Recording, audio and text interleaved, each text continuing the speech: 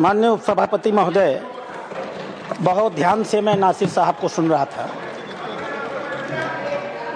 वो किसी शायर ने कहा है, तू इधर उधर की न बात कर, तू बता कि कारवां कहाँ लुटा। मैं बताऊंगा इन्हें कारवां कहाँ लुटा है। मेरा भाषण समाप्त होने दीजिए, मैं ठीक से इन्हें एक्सपोज करने वाला हूं। जी प्लीज। माननीय उपसभापति महोदय, अच्छा डिस्कशन आप चलने दें। आप मैं इनकी बातों को सुन रहा था और मैं इस सदन के संज्ञान में लाना चाहूंगा। माननीय सदस्य सैयद नासिर हुसैन जब इस बारी राज्यसभा में चुने गए, जब ये इनके जीत की घोषणा हुई, मैं उस समय कर्नाटक के बेंगलोर में था। कर्नाटक की विधानसभा में पाकिस्तान जिंदाबाद के नारे लगाए गए थे। भारतीय जनता पार्टी के कार्यकर्ताओं ने विरोध किया, उनको पकड़ करके जेल में भेज दिया गया। भारतीय जनता पार्टी के कार्यकर्ता जो इस पाकिस्तान जिंदाबाद के नारे का विरोध कर रहे थे, उन्हें जेल में भेज दिया गया और इन्हें पतित किया गया। ये लोग बैठाइए, इन्हें बैठाइए, ये बोल नहीं सकते। बैठ जाओ, बैठो। आपस में बात नहीं, प्लीज प्लीज आप बैठो, बैठो प्लीज। आपस में बात नहीं, आपस में बात महोदय, आप चेयर को संबोधित करें। हम लोग नहीं, चेयर को संबोधित करें। सभापति महोदय प्लीज, आप चेयर को संबोधित करें। सभापति महोदय, आज देश के लिए गौरव का दिन है। देश के आम मुसलमान के लिए, देश के गरीब मुसलमान के लिए, देश के पसमंद बीच में टोका टोकी नहीं होगी, तो दोनों के लिए होना चाहिए। फिर तो please please please Nasir ji, please please. झूठ बकवास सब उपसभापति महोदय नहीं जा रहा, आप रिकॉर्ड पे नहीं जा रहा, बैठ जाइए। उपसभापति महोदय, आज का दिन गरीब मुसलमानों के लिए, पसमानदा मुसलमानों के लिए, तलाकशुदा महिला बहनों के लिए, विधवा महिला बहनों के लिए, अनाथ बच्चों के लिए आज ऐतिहासिक दिन है। एक क्रांतिकारी परिवर्तन आने जा रहा है। पूरी की पूरी इस गरीब समाज, मुस्लिम समाज की आर्थिक और सामाजिक व्यवस्था में यह वक्फ अधिनियम क्रांतिकारी परिवर्तन लाने जा रहा है। मैं आभारी हूं माननीय मोदी जी का, जिन्होंने इस महान विधेयक को इस सदन में लाने का काम किया। अध्यक्ष उपसभापति महोदय, हम हिंदू हैं, हम लगातार अपने समाज में परिवर्तन की बात करते हैं। हमने लगातार अपनी समाज की बुराइयों के विरुद्ध संघर्ष किया है। इतिहास पर गवाह है, हमारे यहाँ सती प्रथा होती थी, हमने सती प्रथा निषेध अधिनियम लाया। हमारे यहाँ बाल विवाह होता था, हमने बाल विवाह निषेध अधिनियम लाए।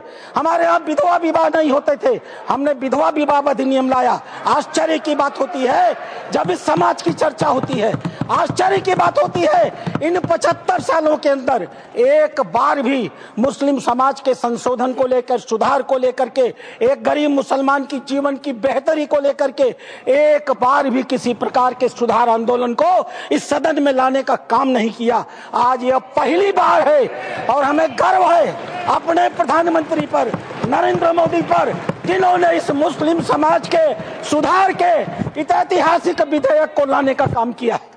2014 में माननीय प्रधानमंत्री बने थे, उनके दृष्टि में कभी हिंदू और मुसलमान नहीं होता था, उनका सिर्फ एक नजरिया होता था, गरीब और अमीर। आप गौर कीजिएगा, यह सदन गौर करेगा।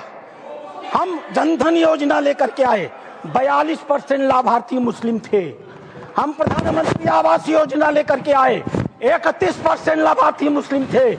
हम उज्ज्वला योजना लेकर के आए, 37% लाभार्थी मुस्लिम थे। हम मुद्रा योजना लेकर के आए, 36% लाभार्थी मुस्लिम थे। हम स्किल इंडिया लेकर के आए, 22.7% लाभार्थी मुस्लिम थे। हमने प्रधानमंत्री एम्प्लॉयमेंट गारंटी प्रोग्राम चलाया, अध्यक्ष महोदय 70% अधिक मुसलमानों ने उस योजना का इस देश में लाभ लिया। मेरे पार्टी की बैठक है, मुझे बताना नहीं चाहिए, लेकिन मैं कहूंगा, माननीय प्रधानमंत्री इसी बाल योगी सभागार में हम सारे सांसदों की बैठक ले रहे थे। उन्होंने क्या कहा हमसे? उन्होंने कहा, लोग कहते हैं कि मुसलमान भाजपा को वोट नहीं देते। आपको याद होगा मित्रों, उन्होंने कहा नहीं, ये गलत है, देते हैं। और अगर मान लिया जाए कि नहीं देते हैं तो इसका मतलब क्या है? क्या वो देश के नागरिक नहीं है? क्या उनके काम नहीं होने चाहिए? क्या उनका विकास का काम नहीं होना चाहिए? हम सारे सांसदों को उन्होंने मीटिंग में कहा, अपने काम को करते समय कभी हिंदू और मुसलमान न करना, विकास की धारा सारे समाज पर समान रूप से पहुंचाने की बात कही। उन्होंने दूसरी बात कही, मैं पूरे देश को 2047 में विकसित भारत का सपना दिखाता हूं। क्या 20% मुसलमान अगर देश का पिछड़ा रह जाएगा तो क्या भारत का विकास का सपना पूरा होगा? नहीं। हमें भारत के विकास का मतलब है 20% मुसलमान के विकास की भी योजना बनानी है। यह कल्पना माननीय प्रधानमंत्री ले सकते हैं। आजादी के 75 सालों के अंदर इस कल्पना को लेकर इस देश में कोई नहीं आया था। और तीसरी बात उन्होंने कही, सरकार के, और सबसे महत्वपूर्ण बात है, सरकार के स्तर पर सरकार जो कुछ भी कर सकती है मुसलमानों के जीवन की बेहतरी के लिए हम करने का प्रयास करेंगे। लेकिन मुस्लिम सामाजिक संस्थाओं की भी रोल होनी चाहिए। ये मुस्लिम पर्सनल लॉ बोर्ड की भी भूमिका होनी चाहिए। यह जमायत उलेमा की भी भूमिका होनी चाहिए। यह वक्फ कमेटियों की संपत्तियां जो पड़ी हुई हैं उनकी भी मुसलमानों की जिंदगी को बेहतर करने में भूमिका होनी चाहिए। यह बात आज की नहीं थी, ये लोकसभा चुनाव के 6 महीने पहले की बात है अध्यक्ष महोदय। उस समय वो कल्पना लेकर चल रहे थे कि अगर हमने मुस्लिम वक्फ की संपत्तियों का बेहतर उपयोग कर लिया, पारदर्शी उपयोग कर लिया, उनकी आय को बढ़ा दिया, उनके ऊपर जो कब्जा करके लोग बैठे हुए हैं उन कब्जेदारों को हटा दिया, तो स्वाभाविक रूप से जो अकूत संपत्ति पूरे भारत में मुसलमानों के पास आएगी, हम उसका इस्तेमाल गरीब मुसलमानों की शिक्षा के लिए, जीवन की बेहतरी के लिए, उनके मुसलमान महिलाएं दर बदर भीख न मांगे, अपनी इज्जत का समझौता न कर सके, कोई बूढ़ी मुस्लिमरा रात को खाली पेट सोने के लिए मजबूर न हो, हम उसके लिए व्यवस्था करके लाएंगे।